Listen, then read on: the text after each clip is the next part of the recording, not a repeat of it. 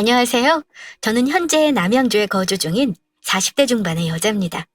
아마 오늘 제가 여러분께 들려드리는 이야기는 썰TV에서 들으셨던 사연 가운데 가장 충격적인 사건이 되지 않을까 싶네요.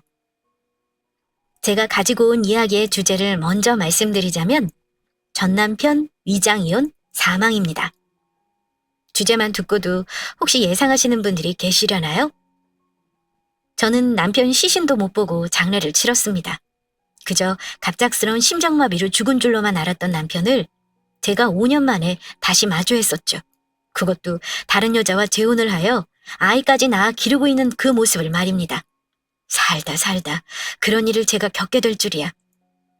제가 겪은 저 이야기를 가지고 드라마로 만들어도 아내의 유혹 뺨칠 만한 막장 드라마가 탄생할 것 같네요.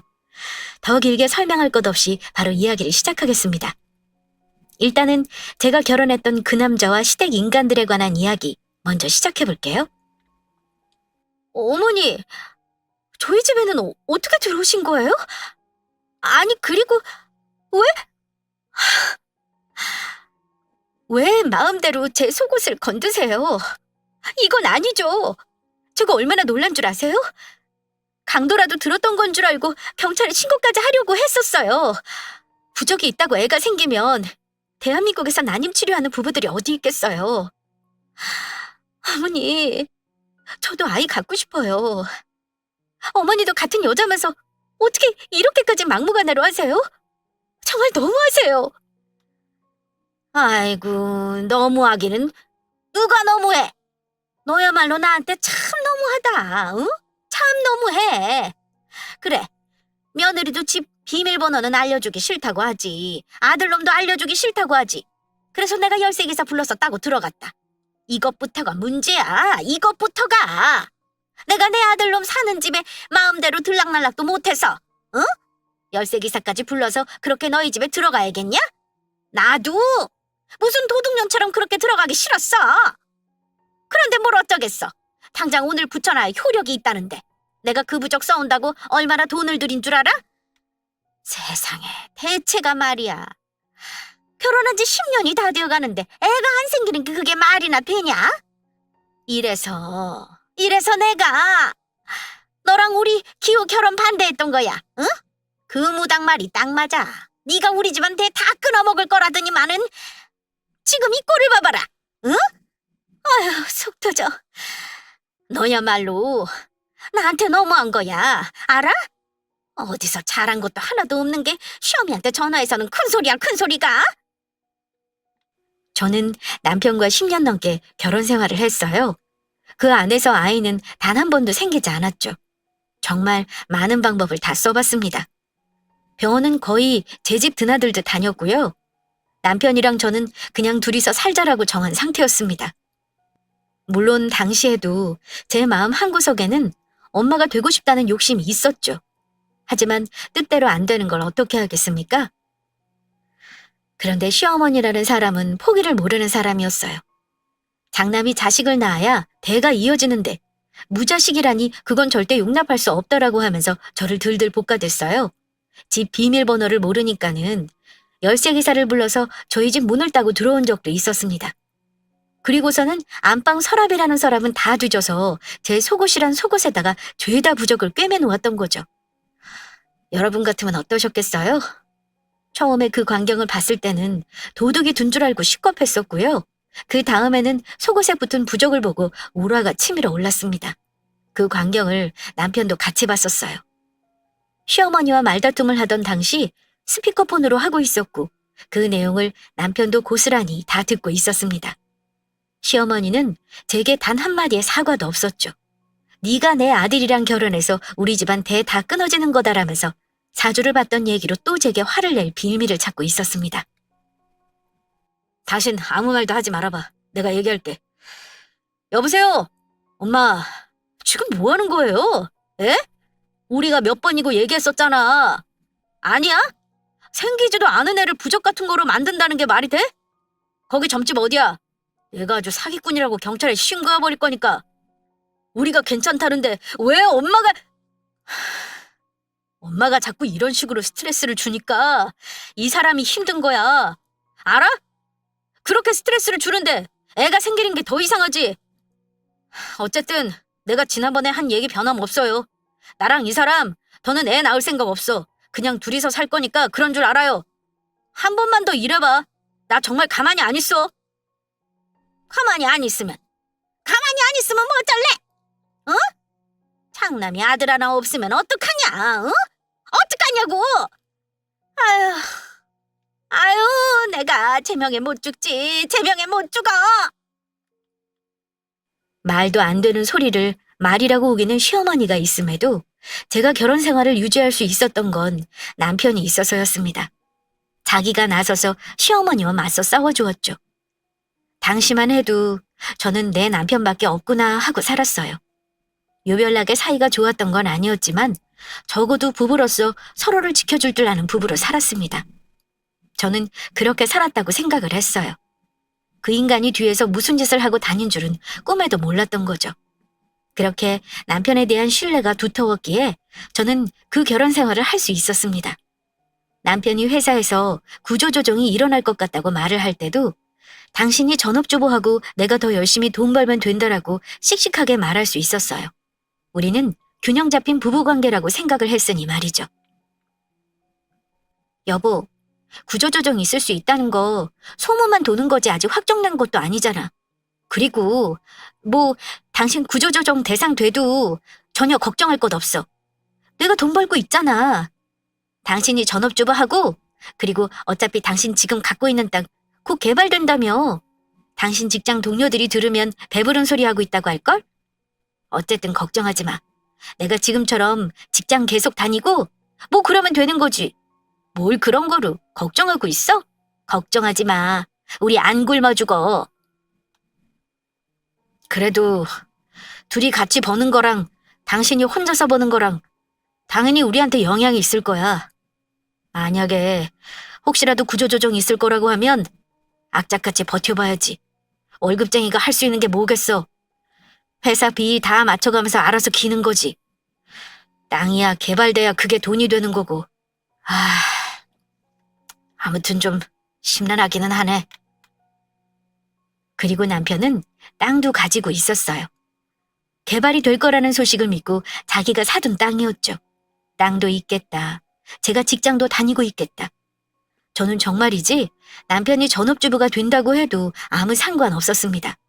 돈을 누가 벌면 뭐 어때요? 같이 잘 살면 되는 거죠. 그런데 여기서도 시어머니라는 사람은 제 탓을 해댔어요. 구조조정 얘기 때문에 심란해하던 중 시댁 식구들과 식사를 하는 자리가 있었습니다. 시동생과 남편이 대화를 하던 중 흘러가듯 이야기를 했는데 그거를 시어머니가 그새 들은 거였죠. 세상이 무너지는 사람처럼 펑펑 울다가 시어머니는 제게 화를 내기 시작했어요. 아유, 왜긴요. 자기 아들이 잘릴지도 모르는 거 그것도 제 탓이라고 말입니다. 아유, 그래서 내가 너희 결혼하겠다고 했을 때 그때 내가 뭐라 그랬어? 내가 이 결혼하면은 기호 넣어? 네 인생 안 풀릴 거라고 엄마가 말했어 안 했어? 사주상으로 네 와이프가 네 길을 쪽쪽 빨아가고 네 앞길 망칠 거라고, 응? 그 무당 이용하다고 아주 전국적으로 소문이 났던 양반이야. 내가 니들 날 잡겠다고 할 때 친자 가서 궁합봤던 거 아냐? 응? 그런데도 다 미신이라고? 믿을 거 못 된다고 이 어미 말을 싹 잘라먹더니만은 아유, 속 터져. 아유, 얘 둘째야. 소주 한 병만 더 꺼내와라. 응? 아유, 내가 이거를 보고 살 바에는 술이나 퍼마시다 일찍 세상 뜨는 게 낫지. 아유, 여자 하나 잘못 들여가지고 아주 내 아들 인생 다 말아먹게 생겼네. 다 말아먹게 생겼어. 굿이라도 하든가 해야지. 아유, 속 터져. 아유. 늘 저런 식이었어요.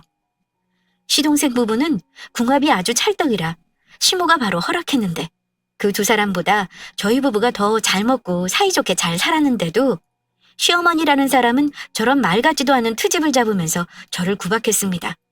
그나마 남편 역시 자기 엄마와 그렇게 가깝게 지내고 싶지 않아 해서 1년에 두세 번? 보면 많이 보던 거라 잠깐만 꾹 참으면 됐었어요. 저 당시에도 그냥 빨리 이 시간이 지나갔으면 좋겠다 하고 있었죠. 그렇게 구조조정 이슈로 심란한 시기를 보내던 중 뜻밖의 일을 듣게 되었습니다. 월급쟁이가 뭘 어떻게 하겠어. 안 잘리려면 회사에서 하라는 대로 해야지. 길게도 아니고 2년만 나갔다 들어오면 돼. 뭐 잘 됐지 뭐. 안 그래? 이참에 여행도 하고 하는 거지. 2년이면 돼. 2년만 나가서 지사 관리하고 들어오면 구조조정 얘기도 어느 정도 정리되어 있을 것이고 나도 내 자리 지킬 수 있을 테니까. 당신이 이거는 이해 좀 해줘. 남편은 해외로 발령이 났다고 했어요. 해고당하지 않기 위해서는 회사에서 하라는 대로 하는 게 좋을 것 같다면서 해외 발령을 이행하기로 했다고 했죠. 뭐 어떻게 하겠어요? 그러라고 했습니다. 그렇게 저는 남편과 갑작스럽게 떨어져 지내게 되었죠. 그 사람이 발령받은 곳은 미국이었습니다. 일본이라면 마음먹으면 언제든 갈 수 있을 거리라 좋았을 텐데 미국이라니. 공항을 떠나는 남편을 보면서도 착잡했었어요. 아휴, 뭐하러 이런 거를 보냈어. 당신이 일을 안 하는 것도 아니고 회사도 다니면서. 참, 여기도 한인마트 있고 한식 맛있게 하는 식당도 엄청 많아. 그러니까 보내지 마. 당신 마음 충분히 아니까는 이런 거 보내지 말아요. 알겠지? 어떻게 안 보내? 아무리 한인마트 있고 한식당이 있다고 해도 한국에서 먹는 거랑 같겠어? 완전 다르지. 내가 당신 보러도 못 가니까 음식이라도 해서 보내려고 하는 거야. 내가 내 마음 편하라고 보낸 거니까 그냥 아무 소리 하지 말고 받아서 드세요. 응? 일은 할 만해? 아, 내가 크리스마스 때 갈까? 한국 사람도 당신 한 명뿐이라면서 회사 사람들이랑 어울리는 것도 어색할 텐데. 저는 미국에 가 있는 남편을 위해서 한 달에 한 번씩 대용량으로 반찬을 해서 보냈어요. 저도 직장을 다니고 있던 터라 제주도도 아니고 미국을 오고 갈 수 있는 상황이 아니었으니 말입니다. 더욱이 마음에 걸렸던 건 남편이 말하기를 한국인 직원이 자기 한 명뿐이라고 얘기했었기 때문이죠. 타지도 외로운데 심지어 타국에서 한국인 직원 한 명 없이 있을 남편이 안쓰러웠습니다. 그렇게 안부를 묻고 있는데 한국말이 들려오는 게 아니겠어요? 남편은 회사에 있을 시간인데 말입니다. 기호씨, 이거 먹을 거야? 뭐 어떤 거? 어머, sorry? 분명 한국말이 들려왔는데 똑같은 목소리로 한국어를 했다가 주춤하더니 금세 영어를 쓰더군요. 괜히 그러는 거를 생각했어요. 별것도 아닌 건데 내가 괜히 과하게 생각하는 거라고 말입니다. 남편이 식당에 가 있는 것일 수도 있는 거고 한식당에서 친구를 사귀었을 수도 있는 거니 말이죠. 남편 역시 서둘러 제게 이야기를 하기는 했어요. 잠깐 밖에 나왔다고 말입니다. 나 지금 잠깐 점심 사러 밖에 나왔어. 한국 사람 보러 내가 한인식당에 더 자주 온다니까. 내가 얼마나 자주 왔으면 여기 직원들이랑 형, 누나, 오빠 뭐 별걸 다 하고 지내. 당신 남편 다른 건 몰라도 친화력 하나는 끝장나잖아. 나 진짜 여기저기서 잘 먹고 다니니까 무리해서 반찬하지 마. 알았지? 내일 또 통화하자. 그럴 수 있겠거니 했습니다. 한국에 있을 때도 여자 문제 이런 거는 정말 단 한 번도 일으킨 적이 없었던 사람이니 그냥 남편이라는 인간을 제가 철썩 믿었어요. 하지만 의문의 한국 여자가 남편의 상간녀였을 줄이야. 저는 정말 꿈에도 몰랐습니다. 아무것도 모른 채 그렇게 장거리 부부로서 한 해를 보내고 또 다른 한 해를 맞이했죠.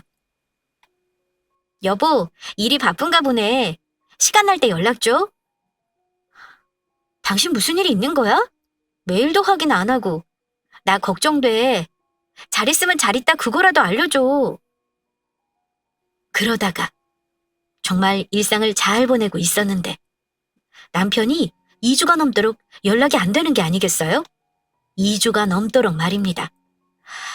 지금도 저 당시만 생각하면 사람이 피가 마른다는 게 무슨 뜻인 줄 알겠더군요. 전화도 문자도 메일도 여러 수단 중에 단 하나도 연락이 되지 않았죠. 회사에서는 분명히 멀쩡하게 근태를 하고 있다고 말해줬는데 당사자인 남편과 연락은 안 되지. 정말 오만 가지 생각이 다 들었습니다. 그래서 일단 제가 다니고 있던 직장에 급하게 연차를 몰아서 쓰고 미국을 가기로 했어요. 출국하기 이틀 전쯤이었을 겁니다. 남편이 해외라 나가고 나서 연락 한 번 왕래 한 번 없던 시어머니가 제게 전화를 걸어왔어요. 네 동서가 보낸 메시지 보고 그리로 좀 와라. 옷은 너무 튀게 입지 말고. 우리도 여기서 한두 시간 걸리니까 시간 맞춰서 오고. 어머니는 대뜸 제게 전화를 걸어서는 동서가 보낸 주소지로 오라고 했습니다. 무슨 일인가 했어요. 당장 이틀 뒤면 미국으로 가야 해서 할 게 많은데 그래도 시어머니라고 속 시끄러워 할까봐 남편이 연락 안 된다는 소리를 안 하고 있었죠. 일단은 동서가 보내준 내용의 주소지를 찍고 그 장소로 향했습니다. 장소에 도착하고 나서 저는 더 당황할 수밖에 없었어요. 도착 장소가 다름 아닌 납골당이었기 때문입니다. 그리고 시댁 식구들과 마주한 저는 대체 여기는 왜 온 건가 하는 표정으로 말없이 그들 뒤를 따라갔어요. 수많은 칸을 지나 발걸음을 멈췄고 저는 그 자리에서 주저앉고 말았습니다. 어머니, 사방님, 동서, 이게 대체 뭐예요? 이게 뭐야? 이 사람 이름이 왜 여기 있어요? 예? 우리 남편 이름이 왜 여기 있냐니까요? 사방님! 어머니, 이게 뭐예요? 왜 우리 기호 씨 이름이 여기 적혀 있냐니까요? 왜 우리 남편 사진이 여기 붙어 있어요? 왜? 수많은 작은 유리칸, 그리고 그 유리칸 너머에는 고인들의 유골이 담긴 도자기가 놓여져 있었죠. 그리고 그중 어느 한 곳에는 제 남편 이름이 적혀 있었습니다. 내 남편이 아니라고 그냥 이름이 같은 사람이다라고 우기고 싶어도 환하게 웃는 남편의 모습이 담긴 사진까지는 외면할 수가 없었어요. 처음에는 이게 무슨 일인가 어안이 벙벙했고 그 다음에는 누가 나를 몰래카메라 하고 있는 건가 싶었고 그 다음에는 세상이 무너지는 것 같았습니다. 엉엉 울며 미친 사람처럼 발작을 일으키는 저와는 달리 시어머니는 냉담했어요. 지금 생각해보면 시동생 부부는 어찌할 바를 몰라 하는 표정이었던 것 같은데 그 당시에는 그 사람들이 무슨 표정을 짓고 있는지 눈에 들어오질 않았습니다. 그렇게 미친 사람처럼 이게 대체 무슨 일이냐, 내 남편이 왜 여기 있냐, 미친 듯이 울다가 저는 결국 혼절하고야 말았죠. 내가 언제 어떻게 쓰러진 줄도 모른 채 저는 눈을 떴습니다. 모든 게 꿈만 같았어요. 남편이 죽었다는 사실이 믿기질 않았죠. 이제 정신이 좀 드냐? 아휴, 간호사한테 얘기할 테니까 옷 챙겨서 나와라. 앞에 있을 테니까. 눈을 뜬 제 옆에 제발 남편이 있길 바랬는데 제 옆에는 시어머니가 있었습니다. 정신이 든 저를 보면서 차갑게 이야기했어요. 앞에 있을 테니 몸 추스르고 나오라고 말입니다. 넋이 나간 사람처럼 마치 산송장처럼 저는 털레털레 병원 밖으로 나왔어요. 거기에는 시어머니가 서 있었죠. 시어머니는 아무 말 없이 제게 서류 하나를 보여줬습니다. 사망 처리가 된 남편의 이름이 적힌 종이었어요. 그래도 사망 신고서라도 너 데리고 가서 같이 내게 하고 싶었는데 네가 하도 눈을 안 뜨길래 내가 다녀왔다. 기호, 이제 이 세상에 없는 사람이야. 울지 마. 네가 울 자격이나 있니? 내가 말했었지? 네가 우리 기호 명줄 잡아먹는 거라고. 네가 네 남편 잡아먹고 나서 뭘 울어 울기를. 지금 땅치고 울고 싶은 건 나다. 그때 내가 말렸어야 했는데. 그때 내가 말렸으면 우리 기호 명줄이 길었을 텐데. 죄송합니다. 죄송해요. 죄송합니다. 죄송해요. 죄송해요. 제가 왜 죄송하다고 했던 건지. 지금이야 억울하고 분이 안 풀리지만 저 당시에는 남편이 죽었다라는 생각에 모든 게 내 탓인 것 같았어요. 정말로 시어머니 말대로 내가 남편이랑 궁합이 안 맞는 사람인데 결혼해서 멀쩡히 더 살 수 있는 사람을 죽게 한 건 아닌가 별별 생각이 다 들었죠. 장례도 절에서 시어머니 시동생 동서 그리고 저 이렇게만 치렀습니다. 남편의 절친한 지인들 몇 명과 함께 말이에요. 그렇게 남편을 떠나보내고 난 후 시댁 식구들은 제 집에서 남편 집만 쏙 빼갔습니다. 그 집은 제 것이었거든요. 그래서 자기네들이 짐을 빼주겠다며 홀라당 갖고 가버렸죠. 그리고 마지막으로 제 집을 나서면서 시어머니는 앞으로 보는 일 없게 하자고 마지막 말을 남기고 문을 닫아버렸어요. 어지간히도 제가 싫었나 봅니다. 저딴 식으로 했던 걸 보면 말이에요. 그렇게 저는 남편이 죽은 줄로만 안 채 5년이라는 시간을 보냈습니다. 그 뒤로는 누군가 제게 마음을 열고 다가와도 만나지 않았어요. 나라는 사람이 누군가의 명줄을 줄여버리는 사람같이 느껴졌기 때문이죠. 그 시간 동안 남편이 망자로 처리되어 있는 것도 보고 싶지 않아 등본도 안 봤었어요. 뭐 그런 점 외에는 일상을 되찾아서 잘 살아가고 있었습니다. 친구의 전화를 받기 전까진 말이에요. 아니 야, 저기 헛소리라고 듣지 말고 내 말 들어봐. 네 남편 기호씨 정말로 죽은 거 맞지? 아니, 내가 생각해도 어이없는 질문이긴 한데 나도 내가 본 게 뭔지 믿기지가 않거든. 그런데 분명히 와, 이거는 진짜 누가 봐도 기호씨다. 정말로. 야, 네가 우리 가게 와서 이모들한테 한번 물어봐봐. 정말로 기호씨가 서기호 우리 가게에 어떤 여자랑 밥 먹으러 왔다니까는?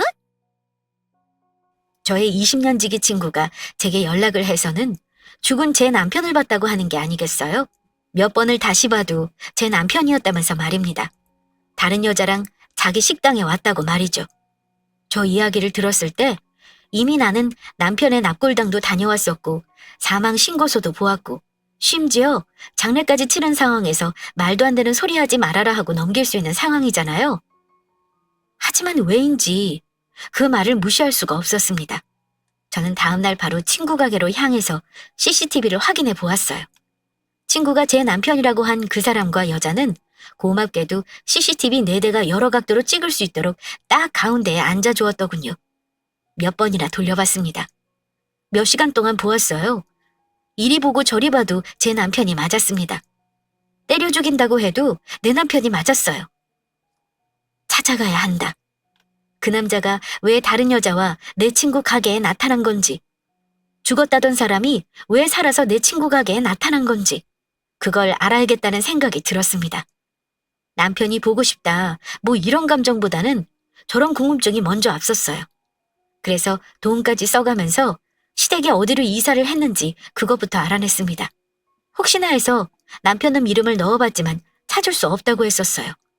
그런 이름은 없다고 말입니다. 그렇죠. 사망신고까지 했는데 그 이름이 있을 리가요. 제발 좀 꼭 찾아달라고 돈도 더 얹어서 의뢰를 했어요. 꼭 찾아내고 싶었으니 말입니다. 찾았냐? 오늘은 찾으셨냐? 끊임없이 연락을 하던 중 드디어 시댁의 위치를 알게 되었습니다. 타이밍도 기가 막히죠? 명절 바로 전날 말입니다. 자기네들이 그쪽을 조사하면서 알아낸 바로는 명절에 식구들끼리 그 집에 있을 거라는 정보도 알아냈다고 알려줬어요. 그래서 저는 바로 다음날 제게 남편을 봤다는 사실을 알려준 절친과 함께 시댁으로 향했습니다. 가기 전날부터 청심환을 그렇게 먹었는데도 막상 그 집 대문 앞에 서고 나니 심장이 가슴 밖으로 튀어나올 것 같았죠. 덜덜 떨리는 손으로 그 집 초인종을 눌렀어요. 그 짧은 찰나에 정말 많은 생각이 오고 갔습니다. 도어락 소리와 함께 현관문이 열렸고 저와 마주한 건 CCTV 속에서 보았던 그 여자였어요. 그 여자는 저를 보고 흠칫 놀라는 듯 했습니다. 엄마 친구야? 이모, 안녕하세요. 나는 서율이에요. 이모도 우리 집에 세배하러 왔어요? 그리고 그 여자 옆으로 쫄래쫄래 달려온 한 남자아이가 보였어요. 6살에서 7살쯤 되어 보이는 그 아이는 자기 엄마 팔에 매달려 수줍게 인사를 건넸습니다. 그리고 그 뒤로 뚜벅뚜벅 걸어 나오는 건 다름 아닌 제가 장례를 치르고 보고 싶다고 엉엉 울었던 남편이었어요. 그 자리에 그대로 얼어붙어서 아무것도 할 수가 없었습니다. 그건 그 남자도 마찬가지였죠. 초인종 소리는 났는데 아무런 인기척도 나지 않으니 이상했던지 시어머니가 나타났습니다. 아니, 누군데 이렇게 다들 나가서 아무 소식이 없... 아니, 네가 여기 웬일이냐? 여기는 어떻게 알아낸 거야? 얘 둘째야, 서율이 좀 데리고 들어가라. 서율아, 작은 엄마한테 가서 서율이 초코 우유 달라고 해. 알았지? 얼른 들어가요. 서율 엄마도 얼른 들어가 있어.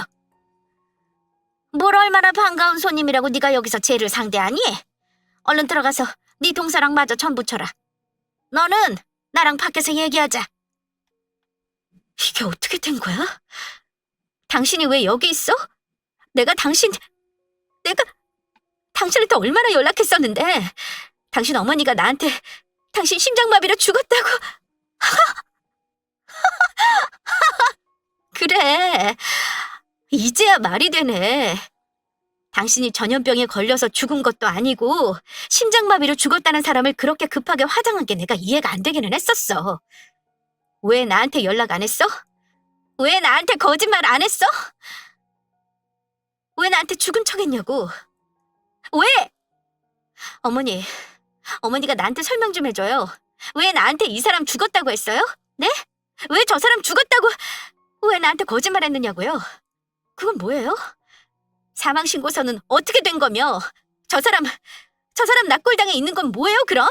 네? 말 좀 해봐요, 아무나! 일단 나가서 얘기해, 애 놀라니까. 아이를 이야기했습니다. 남편이라는 놈이 아이가 놀라니 나가서 이야기하자고 하더군요. 그 인간 뒤로 다시 문이 열리더니 처음에 현관문을 열고 저와 대면했던 그 여자가 고개를 내밀었습니다. 여보, 유리 안에 있으니까 나가서 얘기해. 괜히 애한테 큰 소리 들으면 안 좋아. 여보? 기호씨, 어떻게 사람이 그래요? 다른 여자랑 살림 차리고 살려고 그렇게까지 하고 싶었어요? 해도 너무하네 정말. 그럼 그냥 이혼하자고 하던가. 가족 여럿이서 지금 사람 하나 등신 만드는 거야? 뭐야? 야 선아야, 가자고. 이딴 것들이랑 상종하지 말고 가자니까. 야, 저 자식 저거 여자한테 미친놈이야, 어? 참, 사람 겪어봐야 안다고 내가 말로만 들었지. 추하다, 추해. 누구 보고 추하대? 누구 보고 미친놈이라는 거야? 아이고, 10년이 넘도록 자식 하나 못 낳는 거를 우리 집에서 며느리라고 데리고 살아준 걸 감사하게 생각해야지. 내가 그러라고 했다, 응? 내가 그러라고 했어. 미국에 갔다가 마음 맞는 여자가 만났는데 그 여자가 애 가졌다고 하길래 내가 너랑 끝내라고 했다. 어차피 대도 못 잇는 거를 뭐하러 와이프라고 네가 옆에 끼고 사냐고 내가 끝내라고 했어. 그 여자구나. 나랑 통화했을 때 당신한테 말 걸었던 여자. 그럼 차라리 나한테 솔직히 말을 하고 이혼을 했으면 되는 거 아니에요? 사람이 죽었다고까지 하면서 그렇게 하고 싶었어요? 당신은 그렇게 하고 싶었어? 진짜 해도 너무들 한다. 당신 어머니나 당신 집안 식구들이 나한테 한 거, 그건 나도 아무 상관없어. 애초부터 가족이라고 생각 안 한 사람들이니까. 그런데 당신은 나한테 이러면 안 되지. 당신 솔직히 얘기하지. 솔직히 얘기를 했어야지. 나 다른 사람이 생겼다. 너랑 같이 살고 싶지 않다. 이혼하자. 당신 진짜 추한 사람이었구나. 내가 그거를 몰랐네. 10년이 넘도록 당신이랑 살면서 내가 당신을 몰랐어. 사람이 어떻게 그래? 너무 충격적이었습니다. 내가 보고 들은 이 상황이 다 사실인 것인지, 내가 지금 꿈을 꾸는 건 아닌지, 아니면 누군가 나한테 몰래카메라를 하고 있는 건 아닐까 너무 끔찍했어요. 그런데 더 끔찍한 건 시어머니였던 그 정신 나간 여자가 뒤이어서 하는 말이었습니다. 저한테 왜 그 자식이 죽었다고 했는지 그 이유를 정신 나간 여자가 말해줬죠. 그렇게 해야 너한테 우리 아들 재산 땡전 한 푼도 안 주지. 평생을 시집와서 자식 하나 못 낳은 것한테 뭐 예쁘다고 위자료를 주고 재산까지 나눠줘? 아이고, 내가 그 꼴은 못 보지. 우리 귀한 장손 곱디곱게 키우려면 들어갈 돈이 태산일 텐데 그 돈을 너 같은 것한테 주라고? 절대 안 되지. 겨우 그것 때문에 그런 거야? 대답해봐.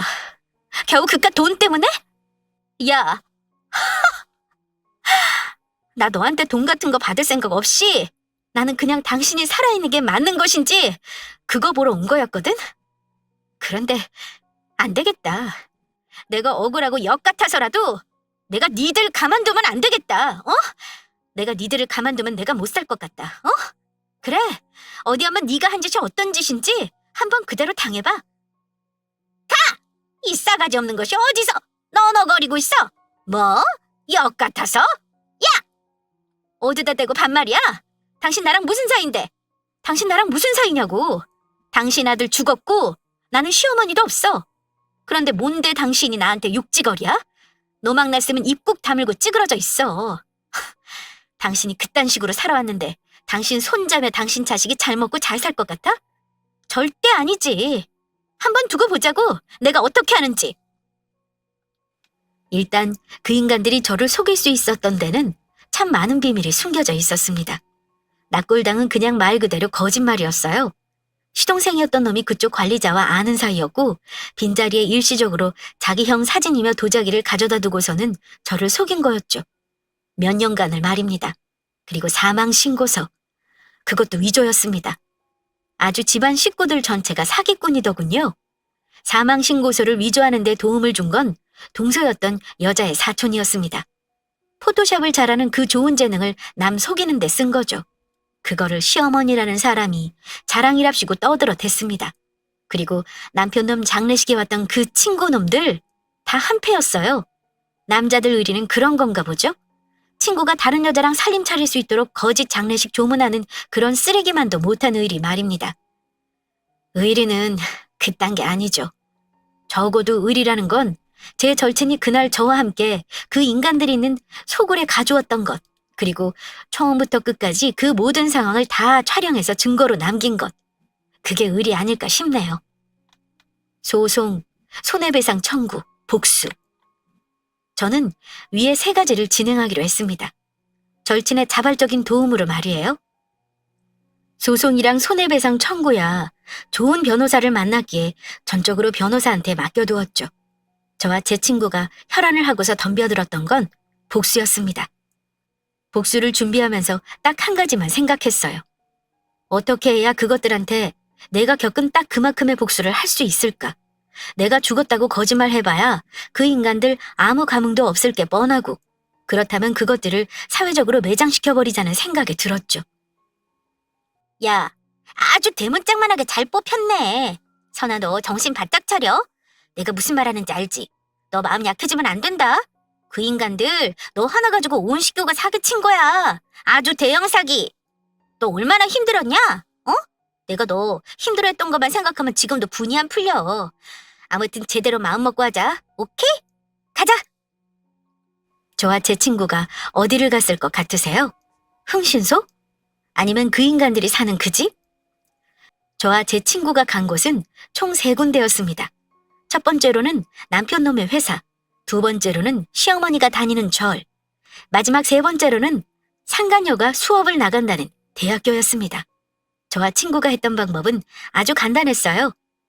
남편놈의 사진을 대문짝만하게 뽑은 뒤 영정사진에 두르는 검은 띠를 둘러주었습니다. 그리고 노트북과 대자보를 챙겨 들고 나갔습니다. 과한 소음을 내면 분명히 경찰의 제지를 받을 테니 말이죠. 불멸의 신 서기호. 월급 주면서 미국 지사로 발령 보냈더니 거기서 상간녀를 만나서 위장 사망. 10년을 넘게 산 조강지처를 속이기 위해 자신이 죽었다고 저를 속였습니다. 서기호의 엄마, 남동생, 재수씨 모두가 그를 도와 한 사람을 속였습니다. 위장한 납골당에 다녀왔고 위장한 장례식을 치렀습니다. 그래서 저는 그 사람을 사회적으로 매장시키고자 합니다. 저런 내용이 적힌 대자보를 저 한 장, 친구 한 장, 가스팍 앞에 크게 매달고 그 자식 회사 앞에 서 있었어요. 챙겨간 노트북으로는 제가 시댁을 찾아갔던 그날의 모습을, 친구가 찍었던 그 영상, 그날의 그 영상을 틀어놨죠. 출근하는 모든 직원이 그 망할 놈의 거대한 영정사진에 놀랐고, 저와 제 친구가 들고 있는 대자보를 보고 놀랐고, 그리고 노트북 영상을 보고 놀랐습니다. 이선아, 너 지금 뭐 하는 거야? 미쳤어? 사람 개망신 줄고 작정했어? 야, 너 내가 좋게 말할 때 빨리 네 친구 데리고 가. 가라고! 나 니들 집안 개망신 주려고 작정했어. 그렇지 않고서야 내가 여기에 이 꼴로 왔겠니? 우리 오늘 바쁘니까 말 그만 시키고 너는 가서 네 일이나 해.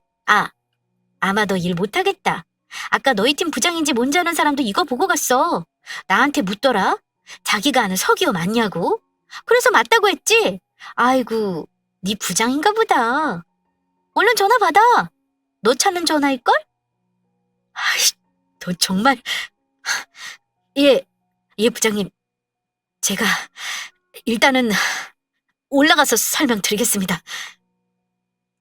그렇게 그 망할 인간의 회사 앞에 저와 제 친구가 나타난 지 30분 만에 그 인간은 저를 쫓아 내려왔고 그러던 중에 상사한테 호출을 받아 후다닥 달려 올라갔죠.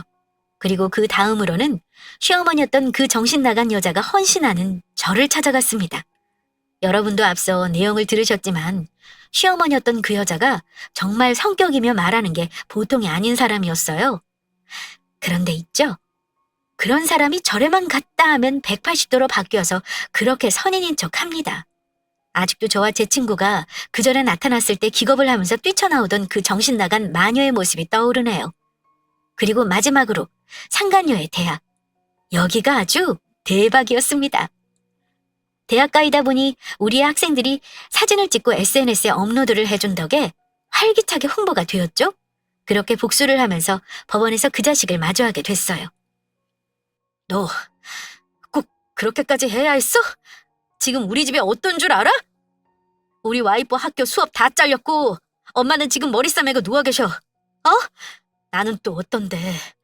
나는 너랑 오늘 이렇게 법원에서 지지고 볶고 나서 내일 또 회사 징계위원회 가야 해. 알아? 어떻게 사람이 이렇게 추하게 노니? 어? 내가 추하게 놀았어? 입이 있으면 말은 바로 해야지. 내가 추하게 놀아? 정말 그렇게 생각해? 너는 나한테 그런 얘기하면서 안 민망하니? 추하게 논 건 너랑 네 집안 식구들이지. 너랑 너희 식구들, 니들이 나한테 한 짓 생각하면 아직 받을 벌이 한참은 더 남았어. 알아? 창피한 줄 알아. 네 자식한테 창피한 줄 알라고. 걔가 나중에 커서 너를 뭐라고 생각하는지 네 애가 불쌍하다. 애가 무슨 죄야? 부모를 선택해서 너 같은 걸 만난 것도 아닐 텐데. 다른 건 몰라도 네 애한테는 죄인처럼 살아. 평생 사죄하면서. 자기네들이 저지른 거 그대로 돌려받는 건데 그걸 억울해하더군요. 그 인간들 저에게 호되게 당한 데다가 저한테 손해배상까지 해야 했습니다. 판결 결과가 그렇게 나왔거든요. 이렇게 저는 손해배상까지 받고 복수를 마쳤습니다. 그리고 제 마음 안에서 한때나마 내가 내 편이라고 믿었던 그때의 남편이 죽었다고 받아들였어요. 법원에서 만난 그 남자는 제가 알던 그 사람의 모습이라고는 하나도 없었거든요. 아이고, 이야기를 적다 보니 시간 가는 줄도 모르고 적었네요. 저는 이제 글을 마칩니다. 제 이야기가 여기서 끝이거든요. 이야기 들어주셔서 감사합니다. 좋은 저녁 보내세요.